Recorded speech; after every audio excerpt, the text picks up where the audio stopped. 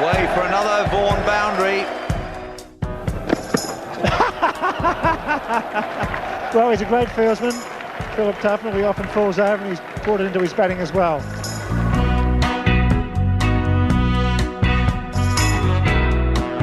Hello everyone and welcome to the Vaughany Tuffers Cricket Club podcast brought to you by the Telegraph. Ben Wright, Michael Vaughan and Phil Tufnell with you as usual. And we have got a very, very special guest this week. One of England's finest ever cricketers, Sir Geoffrey Boycott. He's coming in to discuss his latest book, Being Geoffrey Boycott, which details his incredible 18-year international career which spanned 108 tests for England. We'll also get his verdict on the future of the game and his thoughts on the current England side as they begin their test series with South Africa on Wednesday. And something a little different this week, ahead of the series with South Africa. The Telegraph's Charlie Morgan has been facing a simulation of the Proteus bowling attack. He's going to drop by and tell us how he got on.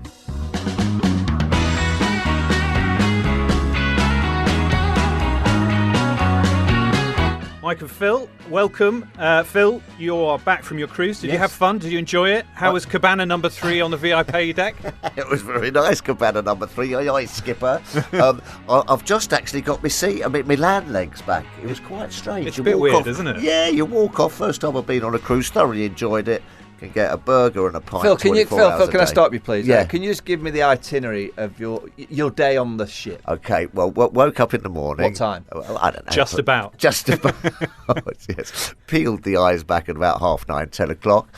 Went down to the international breakfast buffet, which was about not a la carte. Yes, which was about 3 miles long, with everything that you could ever want for breakfast. There was fish, all sorts of weird things. You know what I mean? Everything, but it was wonderful. And then we'd have a little slow stroll up to cabana number 3 on the VIP deck, have a little rest, have a little sit in the old bubble bath. What's it called? Not bubble bath. Jacuzzi. You had a jacuzzi on the balcony. Yeah, jacuzzi. We had a jacuzzi on the deck up top, so that was lovely. We were now at sea.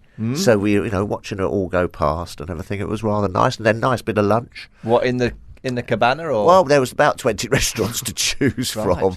You could get whatever you want, and then have another little nice relaxing afternoon, bit of dinner, and then a glass of wine, and perhaps off to the casino where I won a few quid. So I had a wonderful time. Sounds good. And what time were you talking? I did my talk about 8 o'clock till 9 o'clock, and then about 10 o'clock till 11, and that was done. Double shift, yeah? Double whammy? Yeah, I'd just like to thank, actually, Princess Cruises for looking after me. We had a great time. Just to let Princess Cruises know, myself and Ben are available. Well, we'd be a wonderful traveller. We could be a trio. I rather fancy the 3 mile buffet. You could take your time as well, Mike. It was wonderful. No, it was great. We stopped at La Rochelle, Bilbao, and then on to La Coruña, and then flew home. So I had a wonderful time. Weather was great. The Duchess was there. Lovely time. How do you deal with a buffet? Are you strategic or do you just go mental? I just go mental. I take my big oval plate, which comes with me everywhere, and pile it all on. You can sometimes put too much on there. You can. Visually, it can do you a bit, can't it? Yeah, well, totally phases me a buffet. Yeah, I always feel like you must take some stuff. You just I'll have that, and before you know it, you've got a massive mountain Start of hoarding like a squirrel. Yes. Smoke haddock on top of a waffle. That's gone with wrong. Ketchup. With ketchup. How about you, Mike? What have you been up to? What have I been doing? Playing a bit of paddle? Paddle tennis. Oh, paddle tennis. It's taking over the world, paddle. Yeah. Love my paddle. Mike's good at it. I as actually haven't done a lot. Fair enough. No, I haven't. Nice. I've not really done much. I've not been on a ship. I've got nothing to tell you. I've been playing paddle tennis. I've watched a bit of cricket. I've watched a bit of my lads' cricket. I've watched a bit of my daughter's ballet. Lovely. Yeah, not a lot. I'd love to say I've done so much more, but I've done jacked. Enjoying family life. Family life, yeah. Which is it's a summer where I reckon I've been in cricket since 1990. Really, when the summers have been taken. Yeah.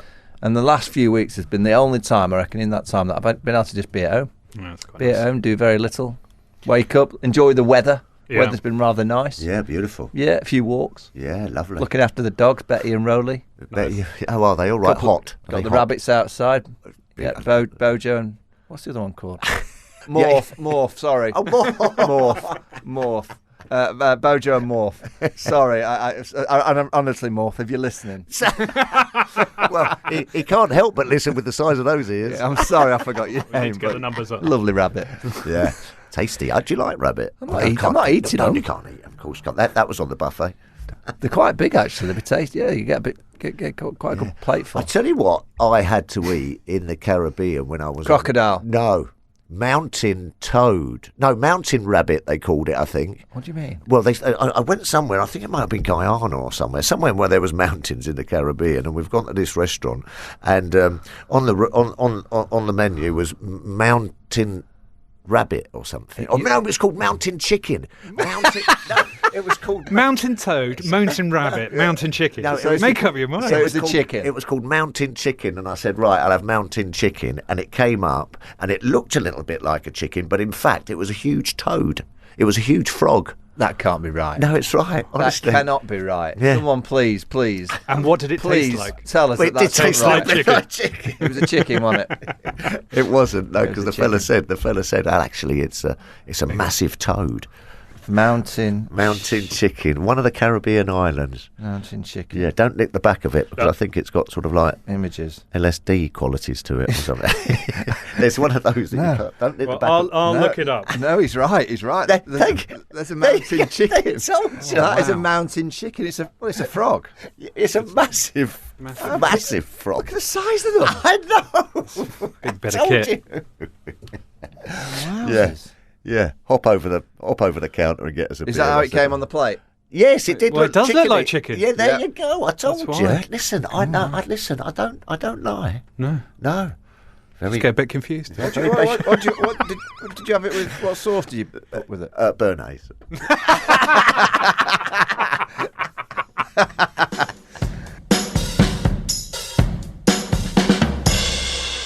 So, in your downtime, Mike, have you been getting excited about the return of Test cricket? I have, and what's really been nice about, if you think about the last few years, cricket is, I think I said maybe on the podcast, the Test team, you've kind of snuck from behind the curtains to watch them. Yeah, but the white been ball, a bit sidelined. Yeah, and the white ball team, you've been like, already the white ball will give every team in the world a good old bashing, but I don't know, something about this Test match team, what they did in the 3 games against New Zealand, the Test match against India are a high-class team. Excited. South Africa are a team that I just think they're coming up the rails. They're a very disciplined side. Whether they can cope with, you look at the Lions. The Lions gave them a real hammer in the warm-up game and scored at 5.66s. So England will try and score quickly. This bowling attack for South Africa is decent. Rabada, Jansen, high class. The spin twins of Maharaj and Harmer. Yeah. Friend of the pod. Yeah, Simon but I'm just looking at the way this England team are batting, and we know that they're going to come out and be aggressive. It's just whether, the South African side on the back of that warm-up game where they got hit for quite a few runs too quickly, can they be brave enough to realise that? I believe that you have to bowl this England side out in 60. Yeah. Because if you let them bat beyond 60, they're going to get plenty. You've got to be brave in terms of your field setting, be really aggressive with your bowling, and say to England, right, we're going to bowl you out. Simple as that. Yeah. With the field settings, Mike, do you think set it like a one-day field or just go ultra attacking? I'd go ultra aggressive. Slips and gullies? Because I watched the New Zealand series closely and obviously the Indian Test match closely. And when India spread the field at Edgbaston, too easy. The good balls were going for ones. Yeah. So you've got a set of fields that if a bowler bowls a good ball, it's not going for runs. And if he bowls a really good ball and the edge is found, you've got to have catches there. Yeah. And if a player wants to be driving Rabada on the up through extra cover consistently, good luck. Yeah. So I'd be trying to create that vibe with my team to say, right, all right, we know England are going to be aggressive, but we're going to continuously bowl that ball on and around 4 stump, full of length with the odd short, sharp bouncer. Fight fire with fire. Yeah, and say to England, all right, go on, you've got to make them hit your good balls for runs. If you bowl bad balls, you're going to despair. And if you go back to New Zealand and India, I think this tactic of England almost put these bowling attacks so much on the back foot that they forgot to bowl their best ball. Yeah. And you've got to probably take that extra breath at the end of your run-up and go, right, just bowl your best ball. Yeah. Make Bairstow, Joe Root, Ben Stokes play really high-risk cricket shots. And if they can do that over a period of time, don your cap, don the V&T cap and say well played. But I still feel if you've got Rabada and these quality bowlers bowling their best ball over the period of 10 minutes, 20 minutes, 30 minutes, and people are going to be aggressive against you, I'm pretty sure you'll create opportunities. Yeah, no, I'm really looking forward to it as well. It's almost like the start of the summer again, isn't it, for some reason? We had that beautiful start, didn't we, with all those chases and what have you. Now it's going to go again.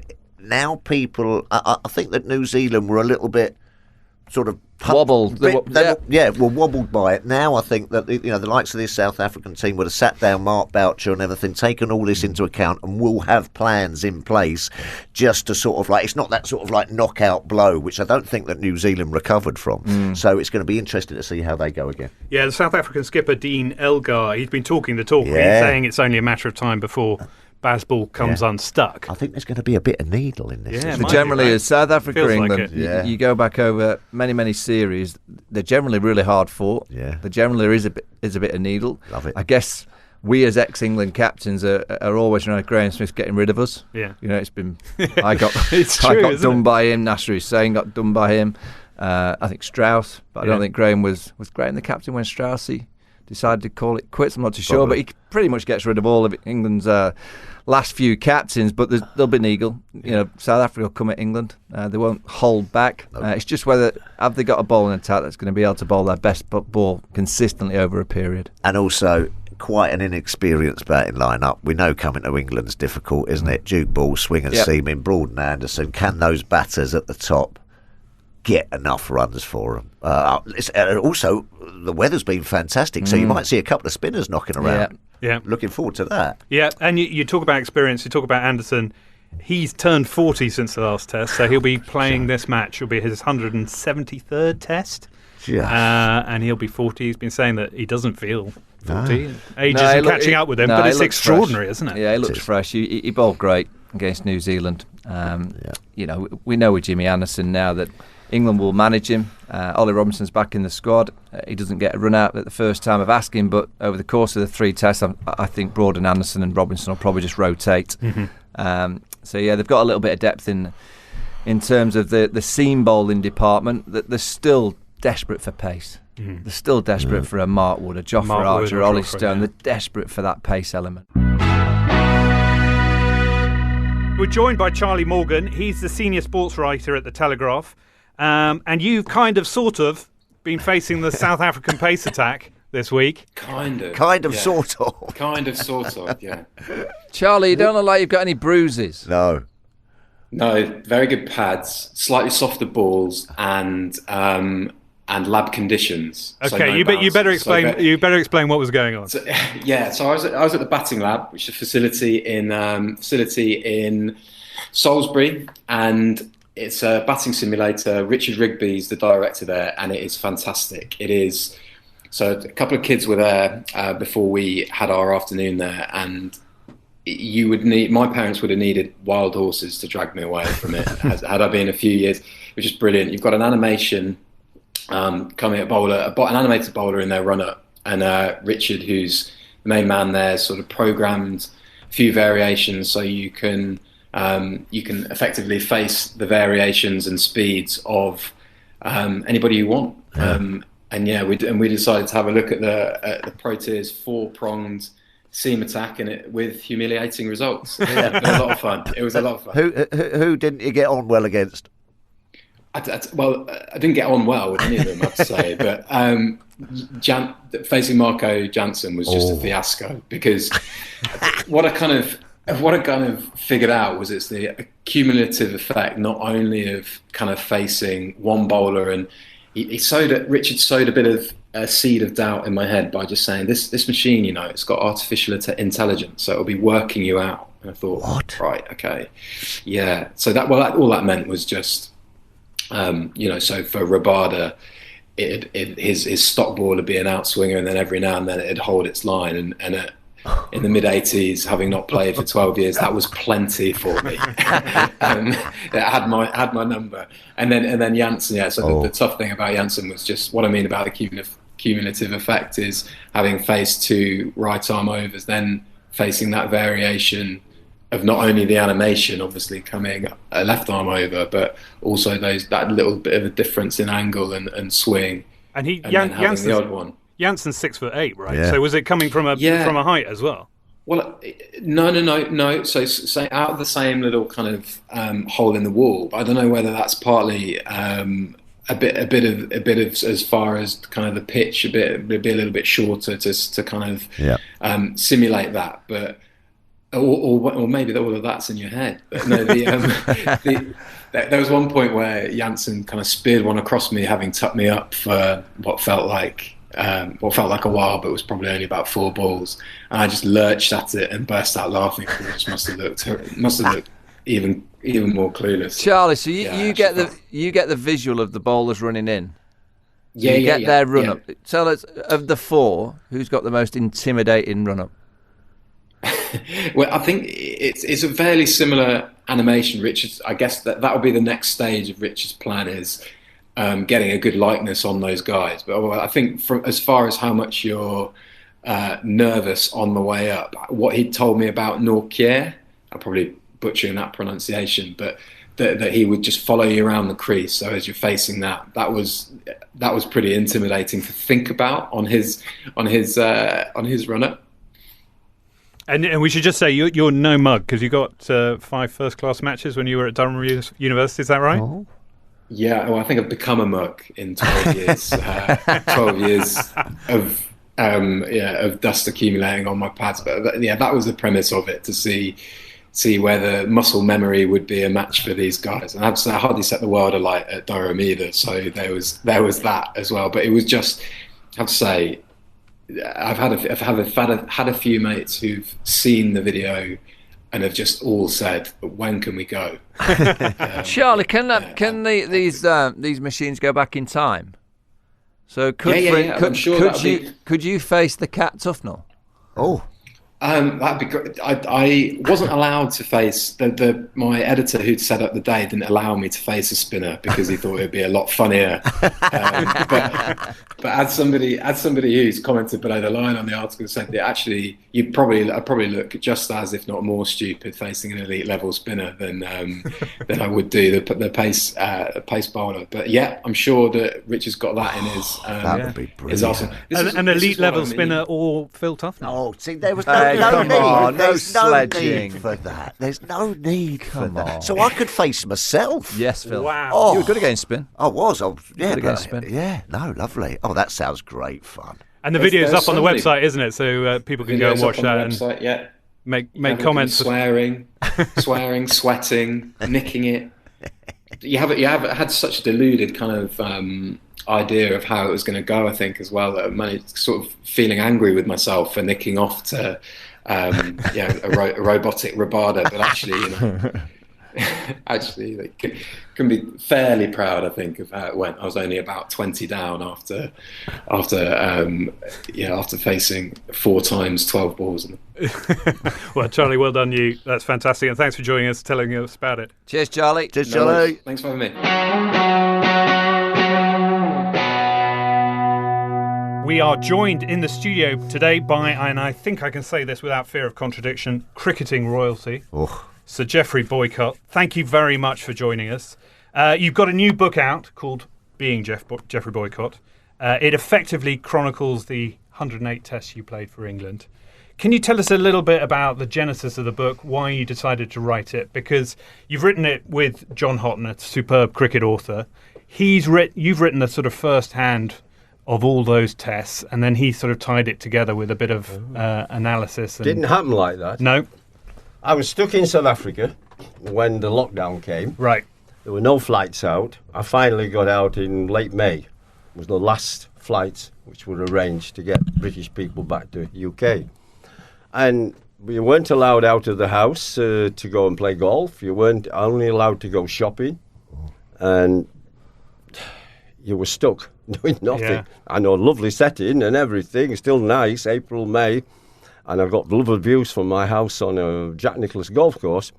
And my wife said, just sit down and start writing something. Do something in the morning. Because the only thing I did is went round my garden and house about 25 times walking on a morning. That was about a mile, I thought. It's the only exercise I got. You weren't allowed to go anywhere else. So you don't know where to start. You have a piece of paper and a pen and you start. Just write about something that happened. All these things you tell me about that's in your head. I said, well, how are they going to make a book? She said, think about that later.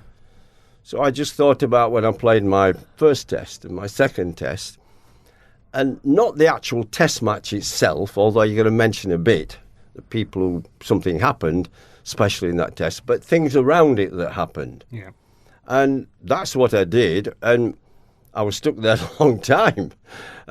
So each morning, that's what I did after I'd been walking, and just sat down, and it gave me something to do. And then when I got into it, you check your facts as well. I had wisdom there for all the, forever, and you say, well, so-and-so, I think I made 76. No, you didn't. You made 62, and you got to get your facts right. Yeah. You got them right, Jeff. I bet you were spot Absolutely, on. I was right. I remember them all, especially those damn times you got out for naught. Oh, they're not good. So, yeah, I wrote down things like, she told me, come on, just write first. So when I went first tour to South Africa, Donald Carr was the manager. Remember, he became the main man at English cricket. MCC, he was assistant secretary, so he'd still be. He came along and gave us these cards, which I found out were the immigration cards, weren't they? And I filled it in. I'd never been on a plane. VC10 to Rhodesia, Salisbury, the capital. And I put in occupation. I put making runs. And I gave him the card, and he collected them.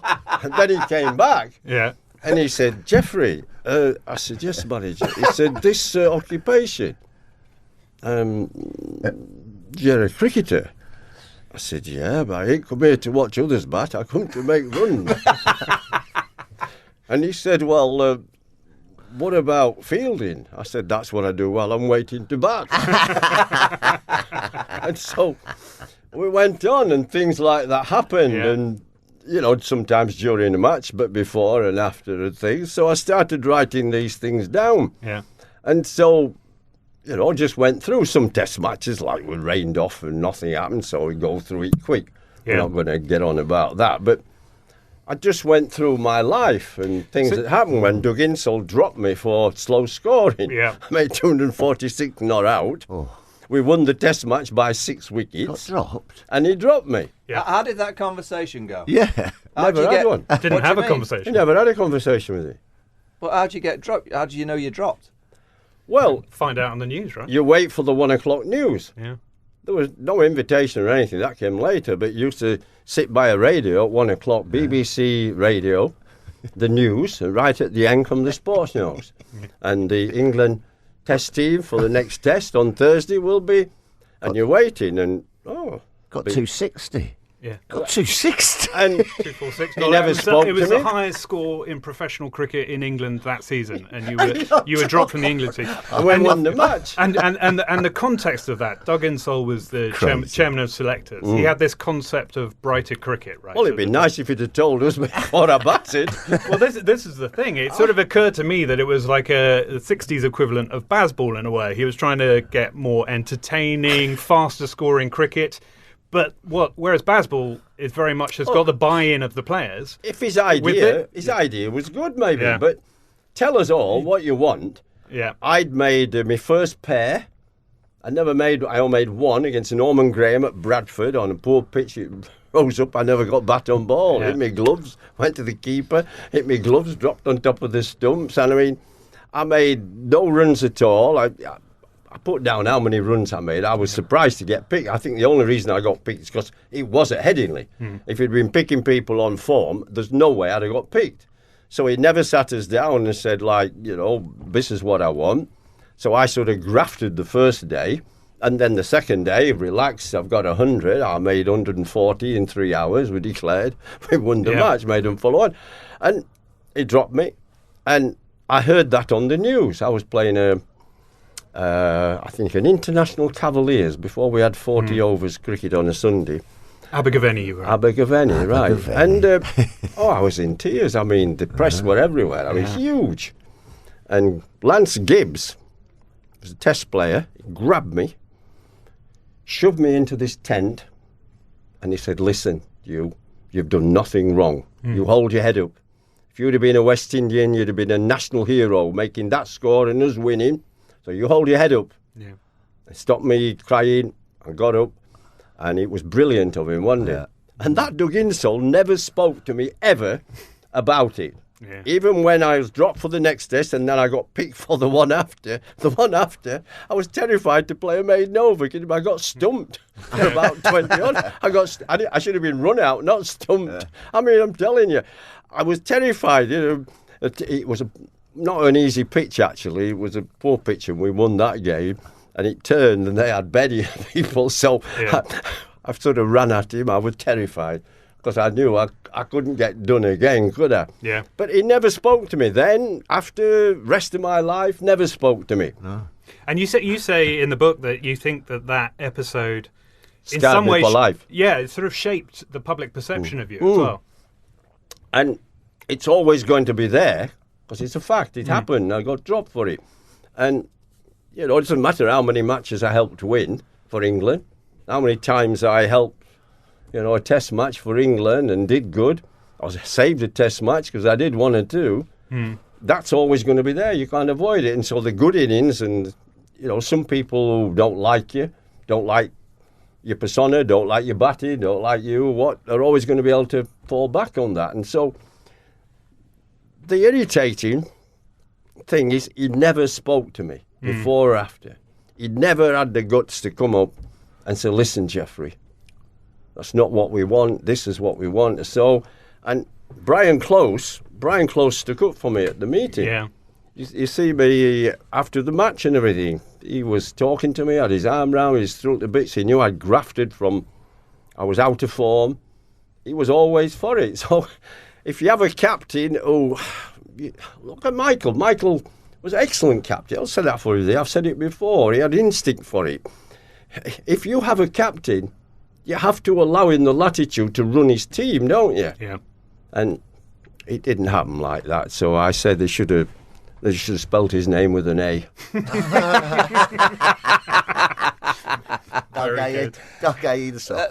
Boys, Phil, how many books have you done?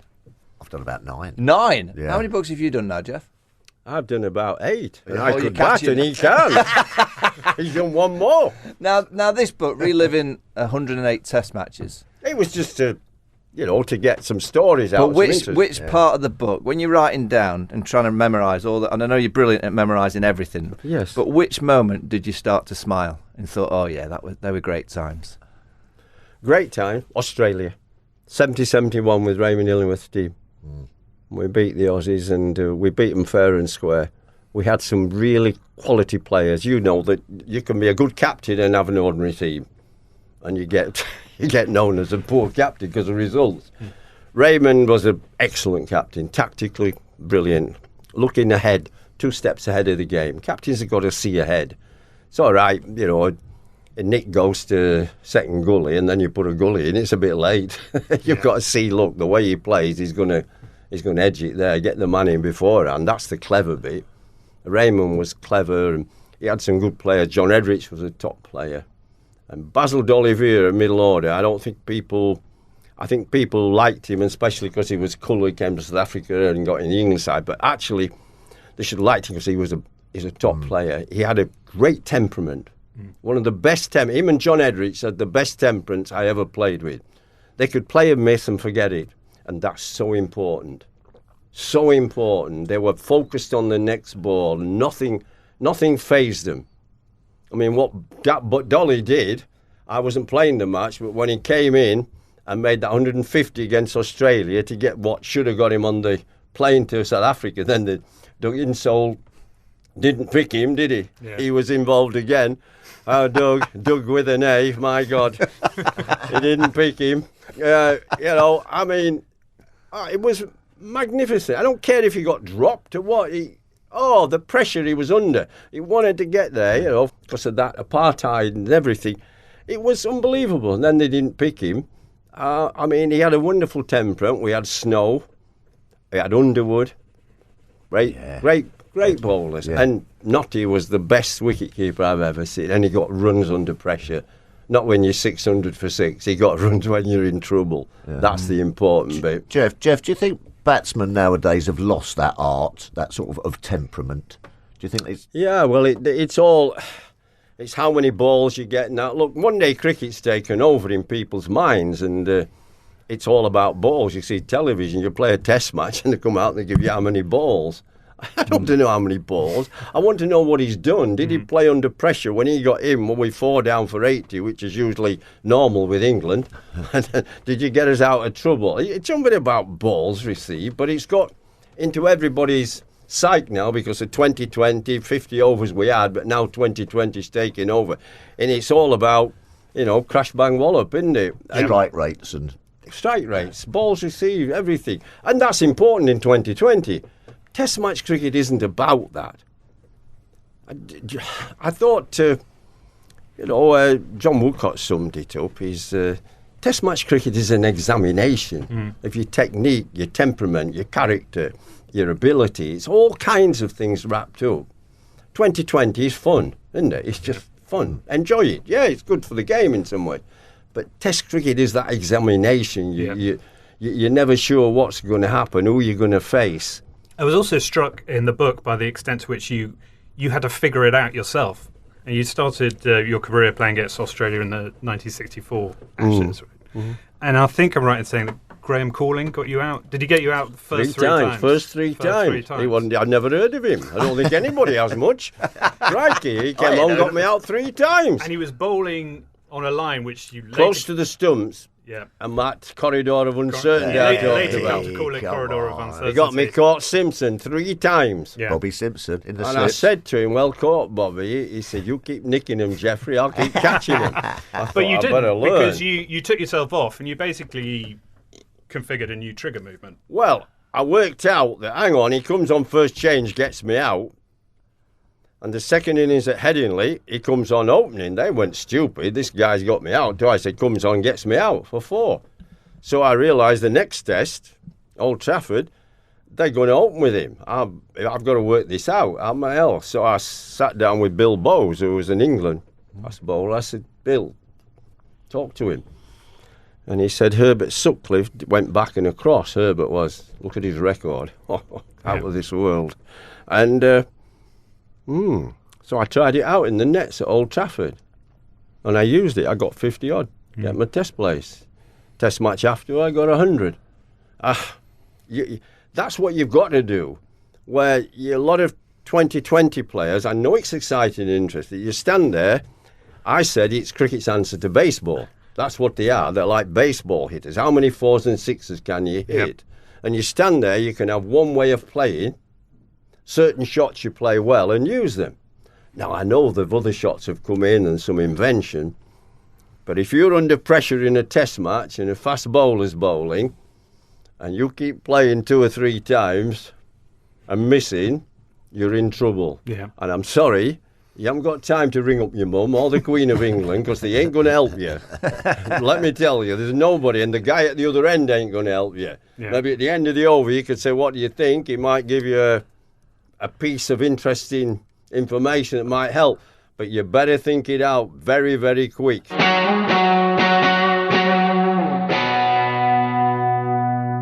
This Bazball, this new approach that Ben and Baz have brought to the Test match scene, the 3 tests against New Zealand, fantastic, great entertainment. We all love cricket. The Test match against India, the chase at Edgbaston, chasing all those runs so easily. I'm a cynic. I think we all are generally. We've been around cricket for a long period of time. How far do you think Bazball can travel? Well, I don't like Bazball, but I know what you mean. I like Brendan. I've known him a little bit, and I liked him anyway. Actually, better than the Bazball, his influence at that, the biggest influence I thought he gave to cricket, through New Zealand cricket, was stopping sledging. Said, that's not our way. We're not getting into that. We're going to play cricket. Hard, fair. This is how we're going to play. Positive. Don't matter about the Aussie sledges. We're not getting into it. And if everybody did that, it'd be better for cricket. Play as hard as you can, as competitive as you can, and afterwards, shake hands. But, yeah, if you can get up a player with fast bowler, do it. That's competitive spirit of cricket. But, you don't need your mouth, do you? You don't need some of that stuff. I don't mind if it's a funny remark, because I'll laugh. Yeah. There's been a few of them, but most of it is Oh, you wouldn't like your wife or your girlfriend to know, would you? Or your daughter. I mean, some of it's dreadful. Yeah. And we've got one of the nicest lads, one of the best bowlers in the world, who's the worst at it, Jimmy Anderson. He's been terrible through his career, hasn't he? And he's one of the nicest lads. He's handsome, good-looking, wow. He's lovely. grumpy. He's grumpy. Oh, he is grumpy. When he's bowling, but off the field, you look at Jimmy, he's quiet, isn't he? Nice. Yeah, and I think that's what he did. Now, this attacking, positive, yeah. It's probably better for some of the England players because they might get a quick few runs before they get out because the top three are rubbish. I mean, they're rubbish, aren't they? I mean, I think what Bazball. I don't like the term either. I don't think Baz Well, nor does he, either. right? positive cricket. Yeah, Positive cricket is better. I think positive cricket's great, and I'm actually looking forward to this Test match against South Africa just to see, because I think it took the New Zealand side a little bit by surprise, and it's going to be interesting to see how South Africa kind of sort of counter-attack it and what have you with field places and what have you. The thing I'm interested to see is what's the plan B if it doesn't work. I don't think they have one. I think we're lucky at this moment from England. We've got the best batsman in the world, Joe Root. Yeah. Two could rival him. The guy in India, he's tired. He's just had too much cricket. He ought to take a good rest. Kohli. You've got the guy in New Zealand, Williamson. He had a bad arm injury. He was out for a while, so he needs a bit of cricket to get going. At the moment, there'll be three together then, but Joe's the best player, and he's in the form of his life. He's at the right age. What is he, Michael? 30, 31, 2 or something? Yeah, around that number. Anything like that, you're in your best from 28, 29, 30, 31, 32, 33. And he's a very, very good player. You've got Johnny Besto is in the best form of his life. Yeah. That will last us for a while, and that's wonderful. We've all had that period. And then comes the other. I haven't. You've never had any good batting, you, Philip. You should be like Sellers used to declare on Bill Bowes at number 11 because you're wasting time, you going to the middle. Total waste of time you were. Back to your career then. When was your most purple patch, do you think? From 28 to 32 or 3. I mean, look, I helped with the Ashes. I averaged, 90-some in the Ashes when Raymond... we won the Ashes. I got 200s in the series, then I broke my arm. I averaged 100 on uncovered pitches in 71. Yeah. Following season, I think I averaged 90-odd. Things like I went to West Indies in 68. What was I, 28, under Colin Cowdrey. I made a number of hundreds. I got 1,000 runs on the tour. I think I had more runs than anybody ever done on an MCC tour. Things like that.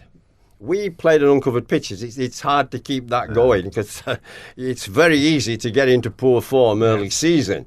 Jeff, you were talking about purple patches and everything. How did you get yourself, having not ever been in a purple patch, how do you get yourself into that patch? Or does it just sort of happen? You wake up... No, you keep working at it till one day it's like magic. It all slots into place. You've been playing... have an odd good innings here, and then you get out and so forth, and you're working, practicing, working at your technique, and then it falls into place somehow. Nobody tells you why. There's no magic formula.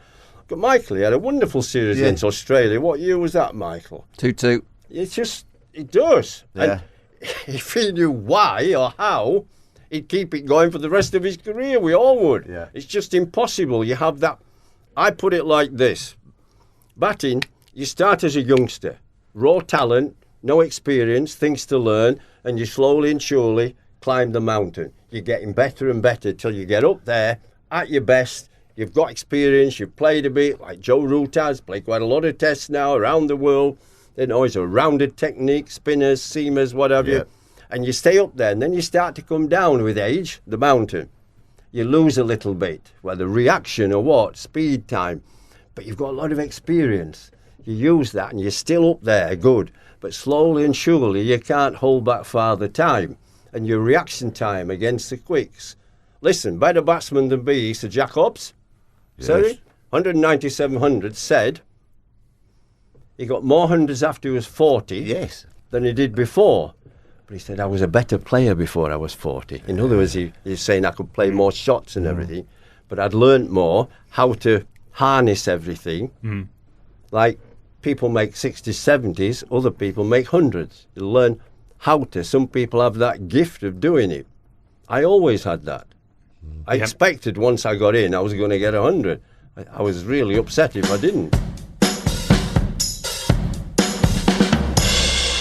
Where are we in the game? Another, I mean, you've been in, how many years? 50 odd years in cricket in the UK. Another high performance review.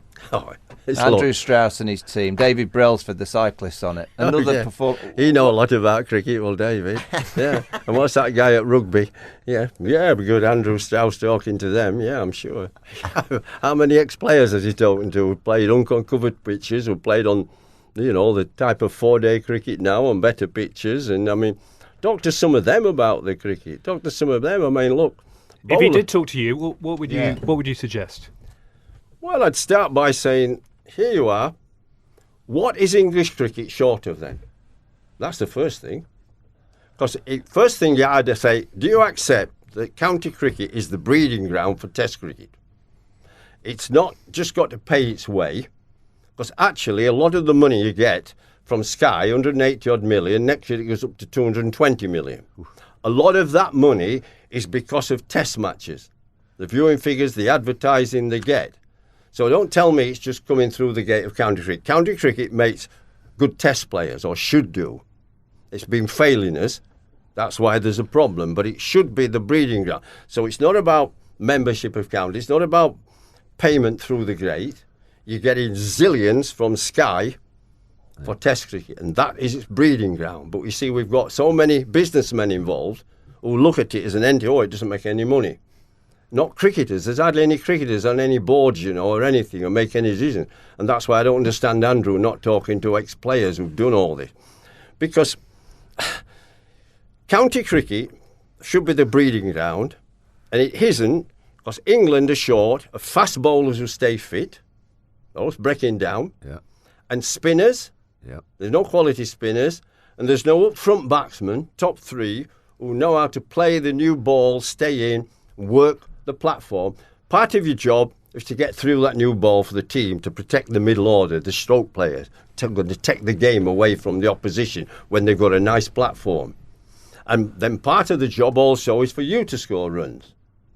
But if you think you're going to go and plunder the best bowlers in the world with a new conker when they're fresh, then you're an idiot. Because it ain't going to happen very often. Michael knows, any ex-player will tell you. Why are so many players creeping to get down the order away from the new ball? If it were that easy, they'd all be wanting to go the other way, but they're not. So how do you get county cricket playing the type of cricket that creates more fast bowlers, more spinners, and more batsmen who stay in against a new ball? That's what you should be saying. The only way to do that is the pitches. We're all dependent on the surface. If we keep having early season matches where there's grass on the surface or there's moisture, or little medium pacers bowl people out, that's not going to help England, because they're not going to be successful. A high quality fast medium bowler, Jimmy Anderson, that type, Stuart Broad, they'll always be doing. There's always been some of them, but there's too many rubbish, ordinary.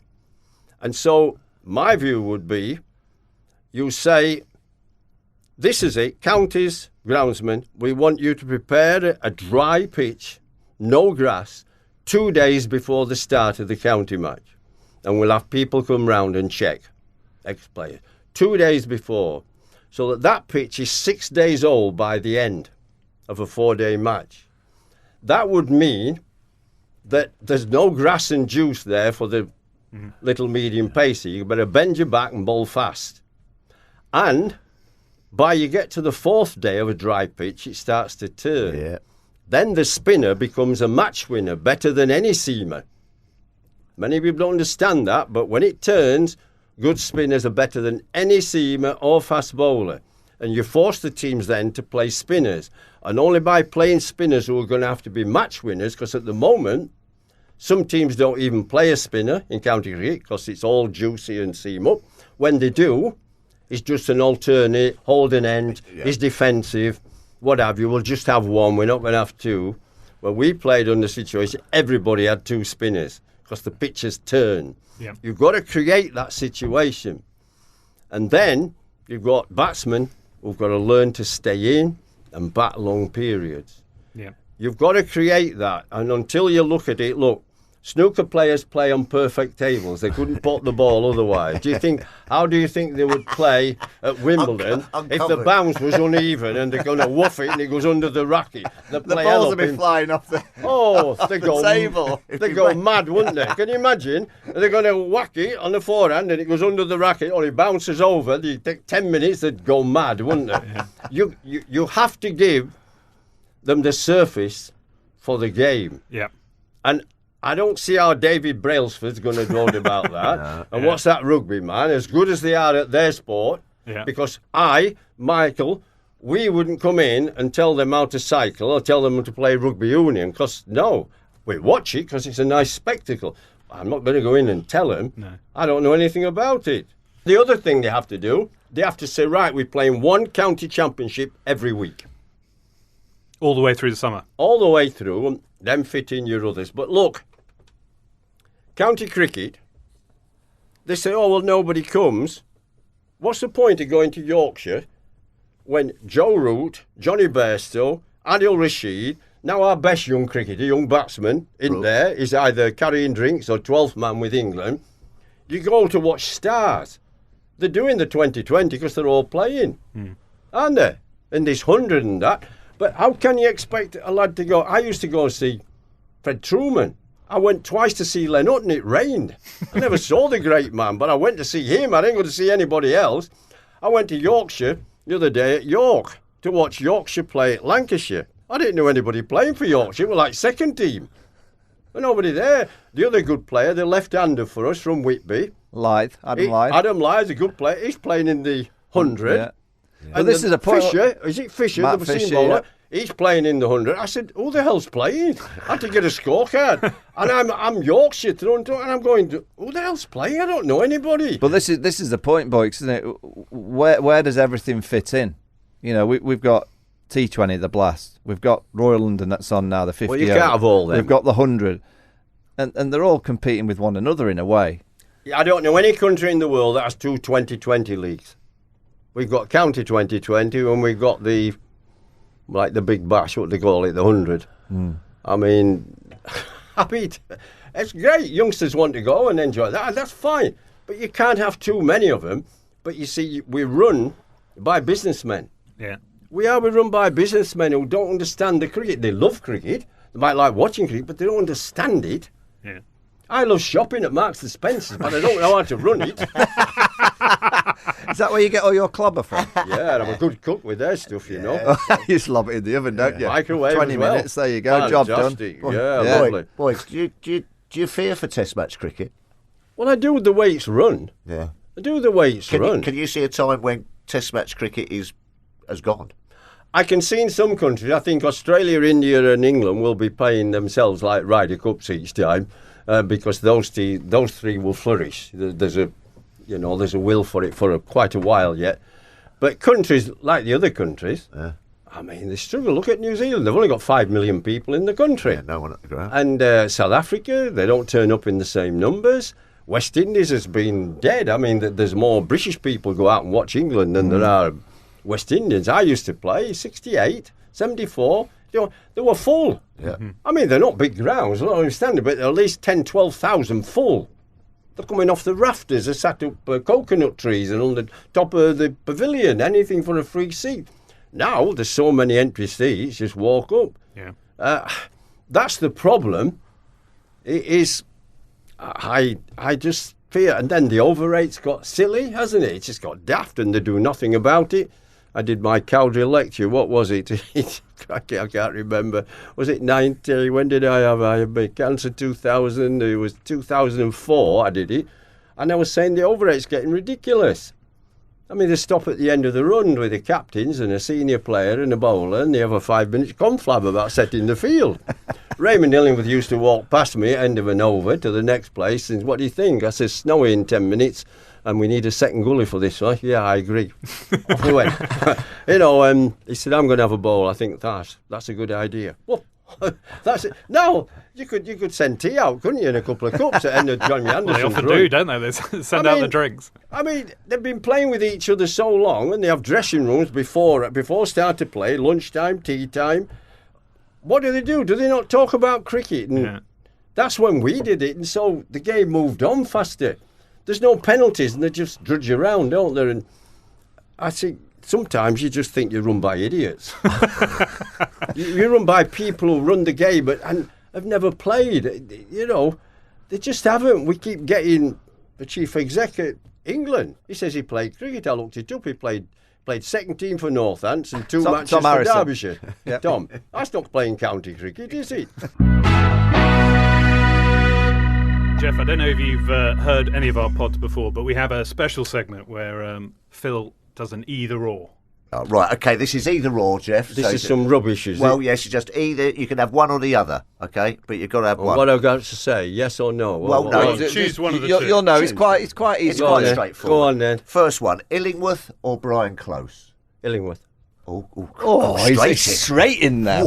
Not even thinking. Oh, I'll put a big asterisk by that one. Here we go. And I think I know the answer to this one as well. Truman or Snow? Truman. Not hanging about. Sharp, isn't he? Not hanging about. Headingley or Scarborough? Headingley. Got 1800s there, only 12 at Scarborough.